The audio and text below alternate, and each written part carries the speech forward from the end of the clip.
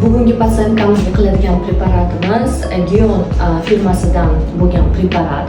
Bu ikkita preparat ishlatamiz, chunki patsientamiz yoshlari 55 dan oshgan va patsientamiz yuzlariga tanlagan preparatimiz Gionning 8%ligi.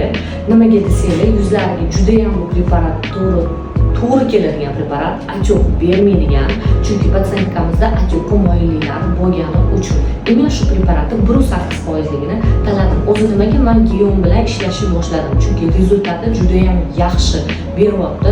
Eminni yoshi katta ayollarimizga, yosh qizlarimizga ham естественно rezultat zo'r.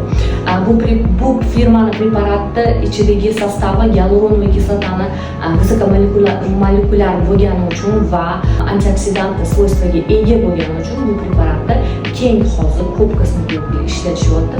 Haqiqatan ham patsientlarda juda ham yaxshi rezultat beryapti.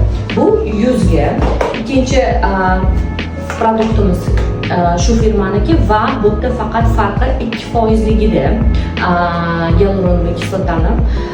Endi bu preparatimizni bizda hozir ishlatadigan zonamiz bu sheya, dekolte, to есть bu bo'yin va dekolte sohasida ishlaymiz. Ko'p ayollarimizda bu muammo bor.